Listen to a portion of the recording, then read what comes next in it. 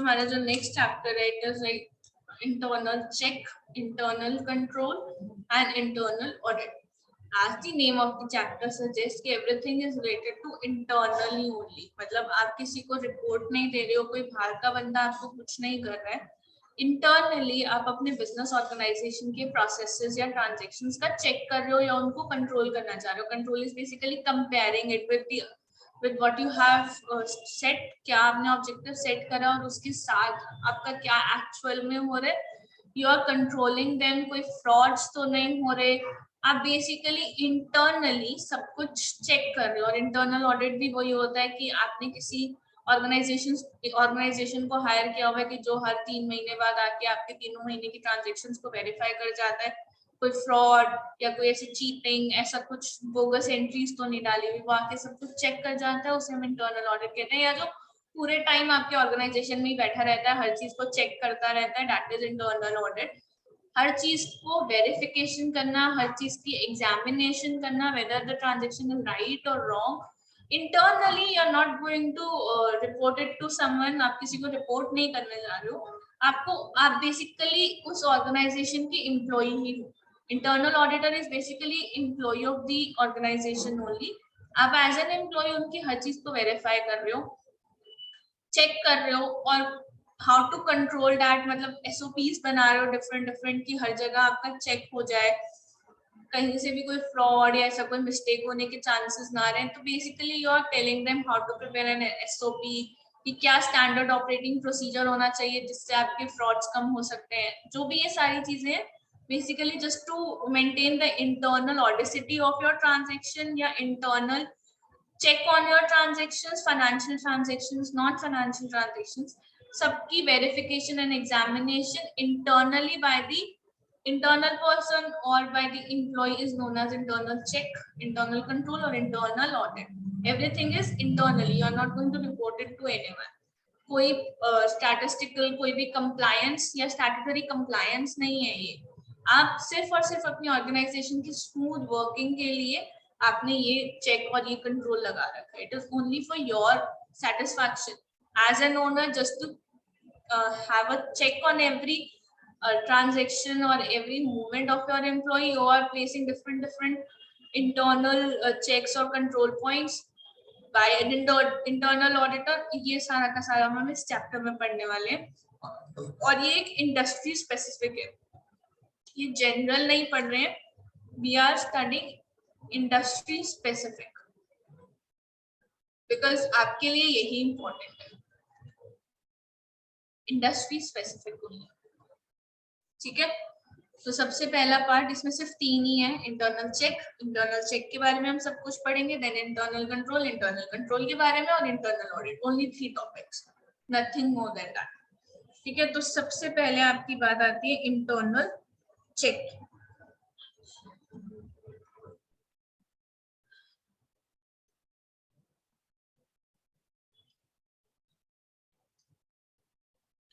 Internal check कोई भी big concern है या कोई भी बिग इंडस्ट्री है जो कि जिसका good internal check. Internal check is basically क्या हो गया, इसका अगर हम एक एग्जांपल की बात करें तो इंटरनल चेक हो गया कि आपका कोई गुड्स आया. फॉर एग्जांपल कोई गुड आपने परचेज किया है, रॉ मटेरियल. आपने कोई रॉ मटेरियल परचेज करा है. ठीक है, आपने परचेज करा. वो परचेज आपका कहाँ पहुंचा, फैक्ट्री गेट पर. ठीक है, फैक्ट्री गेट पर पहुंचा. यहाँ पे सबसे पहला चेक आपने क्या लगा रखा है, यहाँ पे हमने चेक लगा रखा है कि जो भी गुड्स आ रहे हैं आपने वेरीफाई करने हैं विद पीओ. परचेज ऑर्डर के साथ आपने एक एक चीज को वेरीफाई करना है कि वेदर जो भी परचेज ऑर्डर में दिया गया है वो उतना गुड्स है या नहीं है. फर्स्ट चेक आपने यहाँ पर ये लगा रखा है. First check was you have to verify all the goods purchased with your purchase order. जो भी आ रहा है उसे आप purchase order के साथ verify करो. यहाँ से चेक होकर आपके किसके पास गया, ये स्टोर मैनेजर के पास. सारा का सारा रॉ मटेरियल फैक्ट्री में तो यूज होगा नहीं. यहाँ से जाके कहाँ चला गया, स्टोर मैनेजर के पास. यहाँ पर आपने सेकेंड चेक लगा रखा है कि जो फैक्ट्री गेट पर जो भी आपका गार्ड है उसने साइन कर रखा है कि इतना इतना सामान आया, you have to verify. Second check होगा, स्टोर मैनेजर फिर से वेरीफाई करेगा कि जो आपका पीओ है वो वाउचर के साथ मैच कर रहा है, और वेदर टेक्स्ट बेसिस पे, टेस्ट चेक बेसिस पे वो चेक कर लेगा कि उतना उतना रॉ मटेरियल है। क्वांटिटी चेक करे ना करे, बट जितनी चीजें लिखी गई हैं वो सारी की सारी आ गई हैं। This is your second check. Second check. अब you are issuing, the store manager is issuing some raw materials for production. जब वो इसे इशू कर रहा है और प्रोडक्शन हेड के पास या प्रोडक्शन डिपार्टमेंट में जा रहा है, थर्ड चेक आपने यहाँ लगा रखा है कि जो भी प्रोडक्शन डिपार्टमेंट के पास आ रहा है वो उसको प्रॉपर राइट कर रहे हैं कि हमारे पास स्टोर से सिर्फ और सिर्फ 100 यूनिट्स ऑफ रॉ मटेरियल आए हैं। यू आर साइनिंग इट, या फिर आप इसको कहीं पर लिख रहे हो और उसको प्रॉपर स्टैम्प वगैरह कर रहे हो कि we have received only 100 units of raw material from the store. हमने सिर्फ और सिर्फ 100 यूनिट्स ही लिए हैं, और you are getting it sign from the store manager. Store manager भी उस पर साइन कर रहा है कि हाँ मैंने 100 यूनिट्स ही इशू करी है। तो बेसिकली स्टोर मैनेजर ने एक इशू इनवॉइस दिया, और उस इशू इनवॉइस पर, उस इशू इनवॉइस के बेसिस पर आपकी आगे क्या होगी, आपकी आगे अकाउंटिंग होगी। तो बेसिकली आप डिफरेंट स्टेप्स आप क्या कर रहे हो, आप डिफरेंट जगहों पर उस पर चेक लगा रहे हो। That is an internal check, just to ensure कहीं पर भी कोई गड़बड़ ना हो जाए। आप हर जगह पर डिफरेंट चेक पॉइंट्स बनाकर चल रहे हो। ये चेक पॉइंट्स ही हो गए ना कि यहाँ से चला यहाँ पर कितना है, फिर आगे चला तो आगे उतना मिला कि नहीं मिला, जितना आप इशू कर रहे हो आगे वाले बंदे ने भी चेक करा कि ठीक है या नहीं है। तो basically internal check is placing different check points at different stages just to ensure कि कहीं पर भी कोई गड़बड़ ना हो। ठीक है, ये होता है आपका इंटरनल चेक। थोड़ा सा इसके बारे में लिख लेते हैं।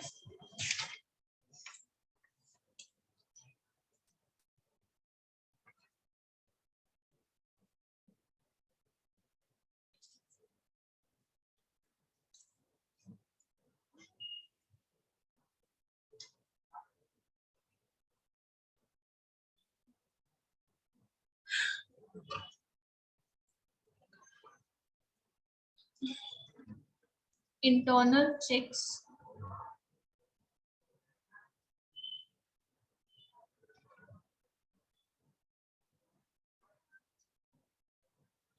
is said to have the following fundamental aims. क्या क्या एम्स हैं इसके? First, to pin down the specific definite person, to pin down the definite person responsibility for particular acts. For example, अगर गेट से यहाँ तक कुछ गड़बड़ हो जाती है, गेट पे आए थे 1000 किलोग्राम और यहाँ पर आते आते सिर्फ 900 किलोग्राम है, तो यू नो किसको पकड़ना है। यहाँ पर आकर फैक्ट्री गेट पे जो बैठा हुआ गार्ड, उसे आकर पकड़ लो, भैया ये 100 किलो कहाँ गायब कर दिया। यू नो द पर्सन कहाँ पर गड़बड़ हुई होगी। या फिर जब 900 केजीज यहाँ पे रिसीव हुआ and you are issuing only 100 kgs, आप इनवॉइस बनाकर दे दो 100 केजी का, और एक्चुअल में रिसीव प्रोडक्शन डिपार्टमेंट में सिर्फ 90 किलो हुआ है, तो you know you have to pin down store manager कि भैया तूने इशू 100 करा, मिला मुझे 90, 20 का 10 किलो कहाँ चला गया इतनी सी देर में। You know whom to pin when you put certain check points. जब आप चेक पॉइंट्स लगा देते हो या इंटरनल चेक रखते हो, तो यू नो किसको जाके मुझे पकड़ना है, कहाँ पर गड़बड़ हुई है। You can easily pin down that definite person कि भैया यहाँ पर गड़बड़ हुई है और तुम्ही नहीं करी है, पकड़ लो उस बंदे को। तो जब भी इंटरनल चेक होता है, you can pin down easily any specific person. अगर आप ये चेकलिस्ट ना लगाओ और सीधा आपके स्टोर में परचेज इनवॉइस हो 1000 केजीज का और आपके स्टोर में 800 पहुंचा है, यू कैन नॉट, किसी को भी आप रिस्पॉन्सिबल हेल्ड नहीं कर सकते हो। स्टोर मैनेजर कहेगा मुझे क्या पता, फैक्ट्री गेट वाला कहेगा मेरे को क्या पता, मैंने तो 1000 भेजा था, अब अंदर 800 कौन से, इसमें मेरी गलती तो नहीं है। You can not pin down any specific person जब तक आपके इंटरनल चेक्स या वो एसओपीज वगैरह नहीं हो। तो internal checks are important in case of मतलब बिग ऑर्गेनाइजेशन में इंटरनल चेक होना जरूरी होता है, ठीक है। So you can pin down a definite person responsible for a particular act. You can obtain the confirmations of various facts. To obtain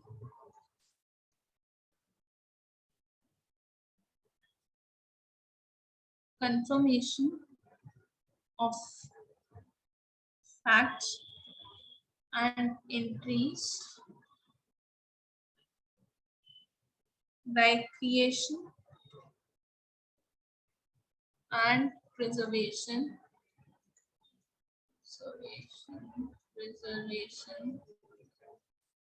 of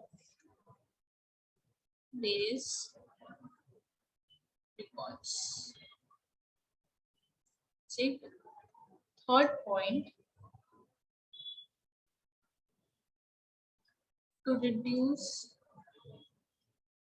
the minimum to reduce to a minimum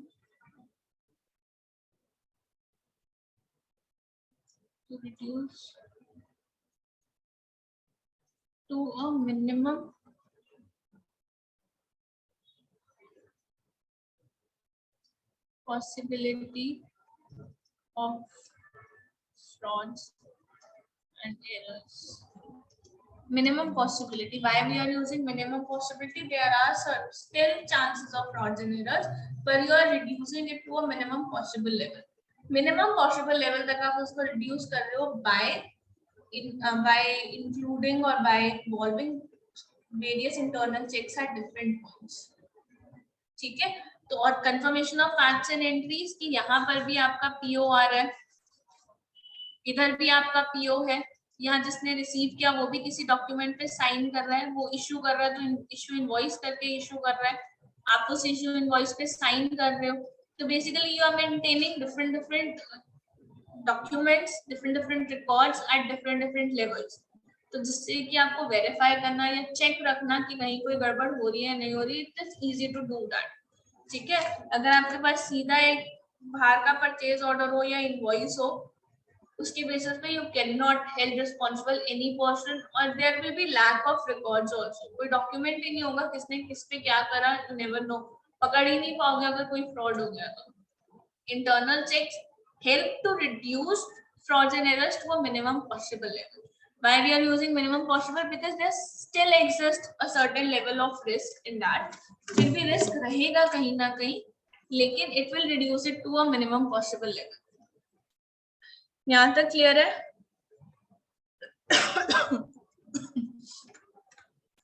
यहाँ तक कोई doubt है? Internal check समझ में आ गया क्या होता है?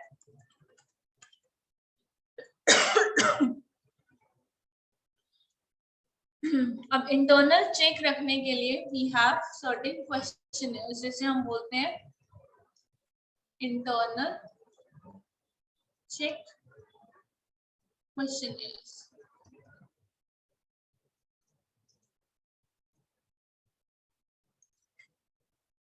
Internal check questionnaires, internal control questionnaires जो होते हैं, basically it is a part of your internal control. But यहाँ पर आप क्या करते हो, यहाँ पर आप कुछ क्वेश्चंस लगा देते हो या क्वेश्चनर टाइप का दे देते हो, जो भी आपका ये चेक करने जा रहा है आप उसे क्वेश्चनर पकड़ा देते हो। उसमें क्या होता है, जैसे हमारे पास पहले होता था, अब तो नहीं होता, कोई भी नया प्रोडक्ट इश्यू होता था, जब ये आपके हल्दीराम्स ने चिप्स वगैरह निकाले थे, तो वो कुछ लेडीज को भेजते थे डिफरेंट ऑर्गेनाइजेशन, डिफरेंट जगहों पर, जो आकर आपसे ना सैंपल बेसिस चेक करवाती थी और फिर क्वेश्चनर आपसे पूछती थी कि मिर्ची ठीक है, यस और नो, आपको इसका टेस्ट कैसा लग रहा है, इसका आफ्टर टेस्ट कैसा है, और पैकिंग कैसी लगी, कलर कैसा लगा, एवरीथिंग। वो आपसे हर चीज आके ना यस नो में पूछती थी, जिससे कि आप एक डाटा कलेक्ट कर पाओ कि what are the references of the customer और not. In the same sense, जब हमें किसी कंपनी का इंटरनल चेक करना होता है तो we make different questionnaires. Different different questionnaires कैसे, जैसे आपका कैश डिपार्टमेंट है। अब इस कैश डिपार्टमेंट को आपने वेरीफाई करने जाना है, you have internal control on that और you are making internal check for that. Cash department में आप सबसे पहले जाके उनसे पूछ रहे हो कि जो भी आपका इनवर्ड मेल कोई भी है और cash, is it stamped by the proper person और नॉट, जिसने इसको ध्यान रखा है वो स्टैम्प्ड है, ठीक है। दूसरी बात, जो भी आप बैंक में डिपॉजिट करा रहे हो, बैंक डिपॉजिट रिसीट्स जो है वो इंटैक्ट है, वो सेव करी हुई है किसी ने, कोई उसको रिकॉर्ड कर रहा है, यस और नो, ठीक है। उसके अलावा रिकंसिलेशन प्रॉपर हो रही है और रिकंसिलेशन डेली की डेली या वीकली की weekly proper stamped and signed होती है बाय द रिक्वायर्ड पर्सन की, ठीक है। जो भी आपकी रिको है ये अभी तक मैच हो रही है। In big big organisations reconciliations, bank reconciliations are made on weekly basis, क्योंकि मंथली पे जाते जाते इतना कंफ्यूजन हो जाता है कि वो मिलता ही नहीं है, पता नहीं कितने चेक्स डेली के इशू होते हैं, कितने आते हैं, बहुत प्रॉब्लम हो जाता है। तो they make a separate internal control या इंटरनल प्रोसीजर कि दे मेक वीकली रिकंसिलेशंस, और उन वीकली रिकंसिलेशंस को वो अपने फाइनेंस हेड या जो भी उनका हेड है, डिपार्टमेंट हेड है, उससे एक बार स्टैम्प या साइन करा लेते हैं। तो basically these are all part of your SOPs, your statement of procedures, या जो भी कह लो एसओपी का ही पार्ट होता है कि अगर आप ये बना रहे हो, it must be signed by the certain person, it must be recorded in a certain file. तो ये सारी चीजें आप, और जब आप इंटरनल कंट्रोल, इंटरनल चेक करने के लिए वहां बैठे हो, तो यू मेक दैट क्वेश्चन है उनके एसओपी के बेसिस पर कि whether this step is followed और not, whether it is stamped by this or not, whether it is signed by the finance head or not, whether a weekly DRS या weekly reconciliation is in the file or not, you check that. जब आप internal audit पे जाते हो तो आप एक एक चीज को चेक करते हो कि whatever mentioned in their SOPs or whatever their procedures they follow consistently or not, वो से कंसिस्टेंटली फॉलो कर रहे हैं या नहीं कर रहे हैं, ठीक है।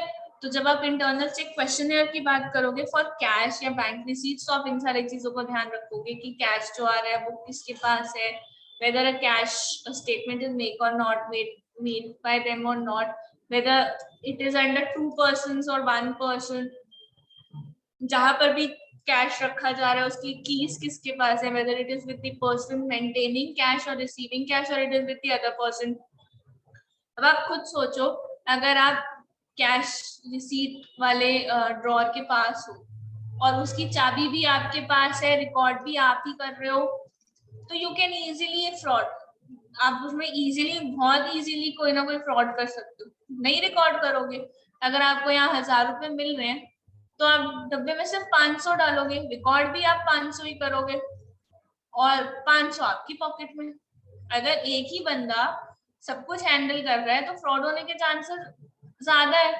यही अगर आप इधर एक इंटरनल चेक लगा दो, इंटरनल चेक यहाँ पर कैसे लग सकता है कि if you are receiving 1000 rupees, तो जो 1000 रुपीज को रिसीव कर रहा है वो 1000 रुपीज के साथ एक रिसीट का पेपर साइन करके दूसरे बंदे को दे रहा है, वो दूसरा बंदा आपके ड्रॉर में रख रहा है 1000 रुपए, और वो जो रिसीट है उसको साइन कर रहा है कि हाँ ठीक है मेरे को 1000 रुपए रिसीव हो गए। और इस ड्रॉर की चाबी अलोंग विद दिस पेपर एक थर्ड पर्सन के पास है, कीज किसी और के पास है, जो लास्ट में दिन के एंड में जितने उसके पास ये साइंड पेपर्स आए हैं दोनों बंदों से, दिन के एंड में वो सारा ड्रॉर को चेक करता है और फिर की से लॉक करके चला जाता है घर। तो ये वाला प्रोसेस ज्यादा सेफ है टू इंश्योर कि कोई फ्रॉड ना, मतलब in comparison to 1 person holding everything, जिसके कंट्रोल में सारी चीजें एक ही बंदे के पास हैं, चाबी, रिकॉर्ड करने की पावर, ड्रॉर जहाँ पे आप कैश रख रहे हो वहां पे फ्रॉड होने के चांसेस ज्यादा है रादर देन ये जहां पर आपने 3 बंदे लगा रखे हैं, जो एक बंदा जो कैश रिसीव करके आपको रिसीप्ट दे रहा है, दूसरा बंदा जो ड्रॉर में डाल रहा है, रिकॉर्ड कर रहा है और उस पर साइन कर रहा है कि ठीक है आई रिसीव दिस, तीसरा बंदा हर रोज आकर आपका ड्रॉर चेक कर रहा है कि जितने आपने रिकॉर्ड किया क्या वो उतने है या नहीं, और उसके बाद उसे लॉक करके जा रहा है। तो it is internal check, basically इसको हम इंटरनल चेक या एसओपीज बोलते हैं, जहां पर different persons are employed for different purposes where the chances of frauds are too less कि आप फ्रॉड यहाँ पे कर ही नहीं सकते हो। यहाँ पर फ्रॉड करने के लिए तीनों बंदों का इन्वॉल्व होना जरूरी है, और वो चांसेस थोड़े कम हो जाते हैं क्योंकि यहाँ पर कोई ना कोई ऐसा अपना बंदा बैठा होता है कि कैश आप इधर उधर ना कर सको। तो basically where you have a certain procedure for a certain thing and you have put some checks on that कि whether it is signed by not। अब इसके लिए अगर आप क्वेश्चनर तैयार करोगे तो उसके लिए आप क्या क्वेश्चनर तैयार करोगे, whether the receipt is signed by the recipient, जिसने पैसे दिए हैं उसने साइन करा है, ओके। सेकंड आप चेक क्या लगाओगे कि ड्रॉर की कीज किसके पास है। थर्ड आप चेक लगाओगे कि जो रिकॉर्डिंग कर रहा है whether he is signing the document or not। Fourth आप चेक लगाओगे कि वो जो बंदा लॉक करके जा रहा है whether he is verifying all the transactions on a daily basis or not। तो क्वेश्चनर ऐसा ही बनता है, yes or no, yes or no, is are whether, ऐसे करके आप क्वेश्चन बनाते हो कि is whether all the checks are crossed or not, whether all the photostats of the check received are taken or not, whether they are maintaining a soft copy of all the checks or not। तो basically इतनी सारा कुछ जितने भी questioners होते हैं वो yes और no पे डिपेंडेंट होते हैं, और इस yes और no के बेसिस पे आप ये जज कर लेते हो कि whether that particular SOP is being followed or not। ठीक है, जो भी आपका प्रॉपर एसओपी है, जो भी आपका प्रोसीजर है वो ढंग से फॉलो हो रहा है या नहीं। ठीक है,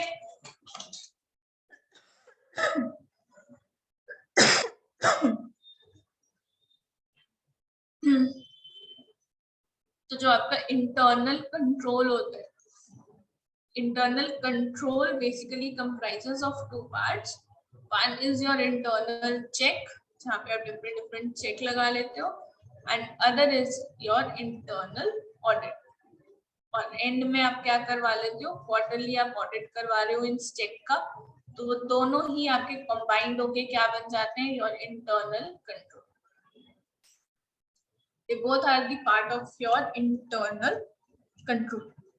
ठीक है, तो सबसे पहले हम दोनों में डिफरेंस कर लेते हैं, checklist and internal connection between these three transactions. इन तीनों ट्रांजेक्शंस के बीच में कनेक्शन क्या है, इन तीनों की डेफिनेशंस कह लो, या इन तीनों से हम क्या समझते हैं वो कर लेते हैं।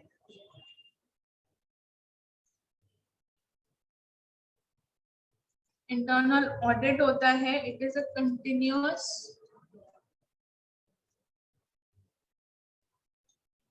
continuous critical review of financial and operating activities by a staff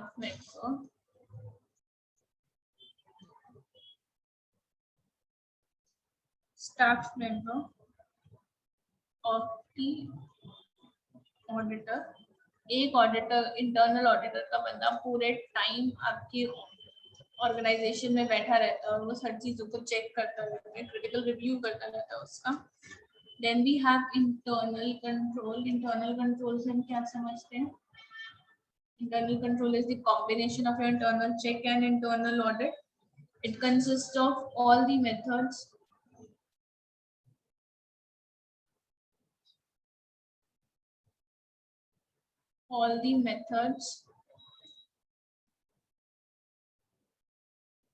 and procedures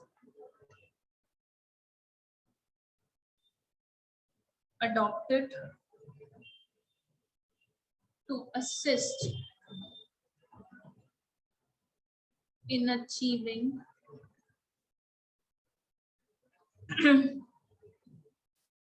the objective of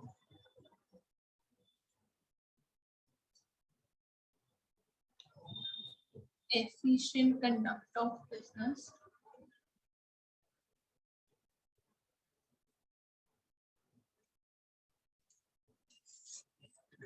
Third term, internal check.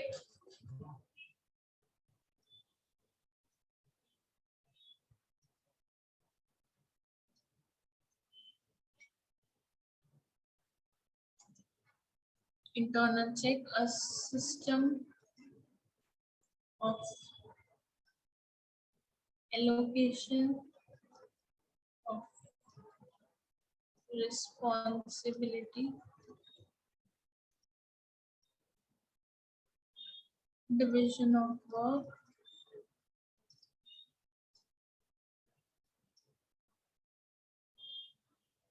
and methods of recording transactions, whereby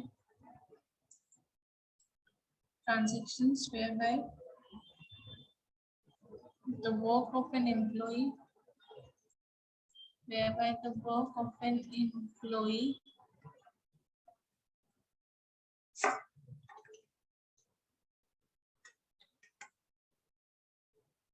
employee is checked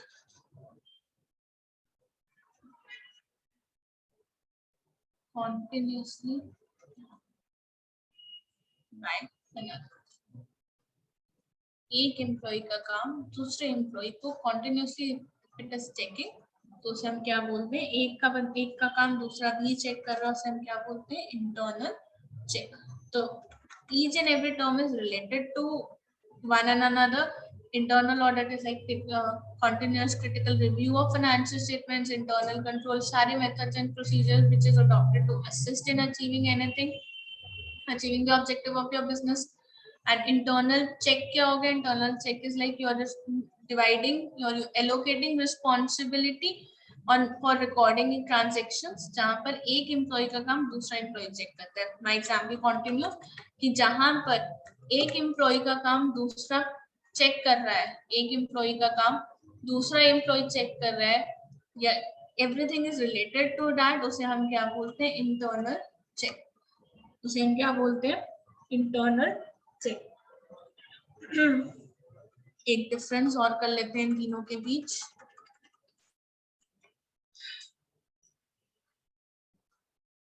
इन तीनों के बीच में एक डिफरेंस और कर लेते हैं.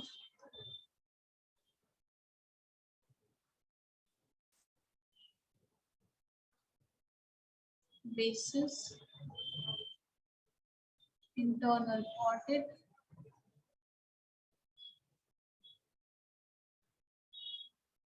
internal control,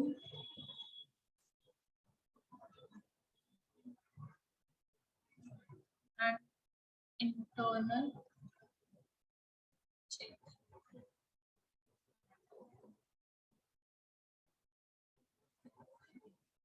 First way of checking. Internal audit में हम क्या करते हैं, each component of work is check. इसके अंदर हम हर component को चेक करते हैं. each component of work is check. हर एक component को चेक किया जाता है. इंटरनल कंट्रोल में क्या करते हैं, work of one person is automatically checked by another. ये आपका एक बंदे का काम दूसरा बंदा ऑटोमेटिकली चेक कर लेता है, क्योंकि आपने प्रोसीजर ही ऐसा बनाया होता है. और इंटरनल चेक में क्या होता है कि जो भी आपका रूटीन ट्रांजैक्शन है, routine transactions are double check by employees themselves. ठीक है, by employee themselves. और वो कैसे हो सकता है, example eight the time of recording आप चेक कर रहे हो, और and eight the time of occurrence, जब हुआ तब एक बार आपको किसी ने वेरीफाई कर लिया, और जब आपने रिकॉर्ड किया तब आपने वेरीफाई कर लिया. तो basically it is double check by the employees at the time of happening of that event only. ठीक है, नेक्स्ट हो गया इसका ऑब्जेक्टिव।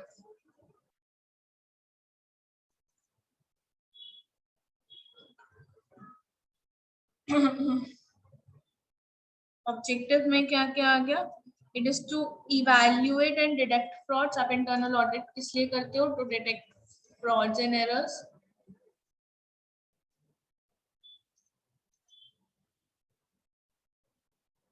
आप इंटरनल कंट्रोल किस लिए करते हो? It is to ensure adherence to management.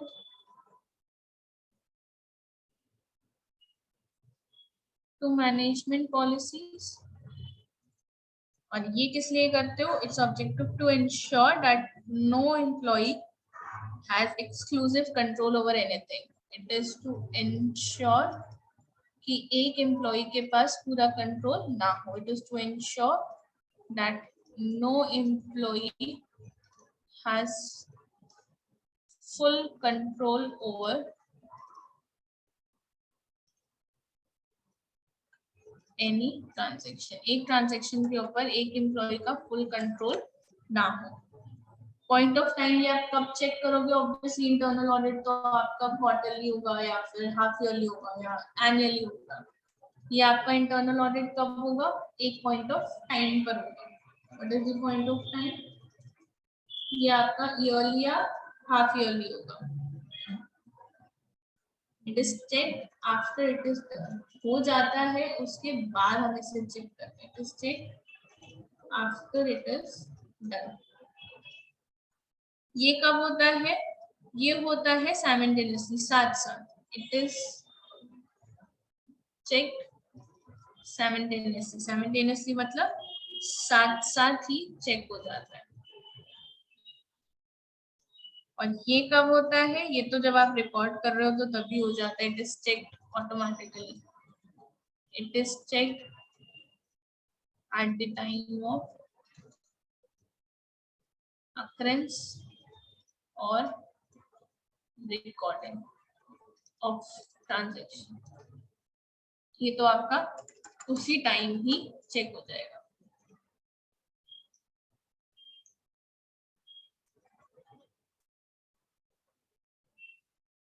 Next, trust of system.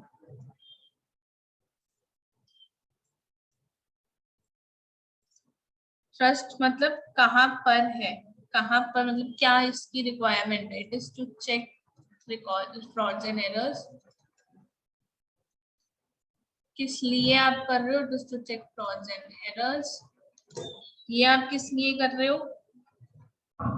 It is to prevent errors. ये आप एरर्स को प्रिवेंट करने के लिए कर रहे हो। It is to prevent frauds. यहाँ पे आप फ्रॉड्स को रोक रहे हो। ठीक है। रिपोर्ट किसकी जाती है? इंटरनल ऑडिट की रिपोर्ट जाती है to the management. Report is submitted to the management only. Management ने ही हायर किया, मैनेजमेंट के पास जाती है। ये जाती है आपकी for build in MIS reports, management information system reports. और ये जाती है for day to day transactions and deposited to and submitted to seniors। ये किसको जाती है? ये जाती है आपके सीनियर्स को। ये हो गया difference between your internal check, internal control and internal audit. Internal check किस लिए होता है, इंटरनल कंट्रोल किसके लिए होता है, और इंटरनल ऑडिट किस टाइम पर होता है, किसके लिए होता है, व्हाट इज द ऑब्जेक्टिव। ये सारी चीजें आपकी इस डिफरेंशिएशन में आएंगे। It is the basis of your complete chapter. When you are aware कि इंटरनल ऑडिट क्या होता है, इंटरनल चेक क्या होता है, इंटरनल कंट्रोल क्या होता है, तभी आप इस चैप्टर को और क्लियरली देख पाओगे। नहीं तो सब कुछ मिक्सड अप लगेगा, सब कुछ सेम टर्म्स ही लगेंगे। इंटरनल ऑडिट भी एक ही बात है, इंटरनल चेक भी एक ही बात है, इंटरनल कंट्रोल भी एक ही बात है, but the difference explains the basis of your complete chapter कि there is a difference between these three terms and they are different from each and another. ये तीनों आपस में different है, they cannot be used interchangeably, एक दूसरे के interchangeably you cannot use them. ठीक है?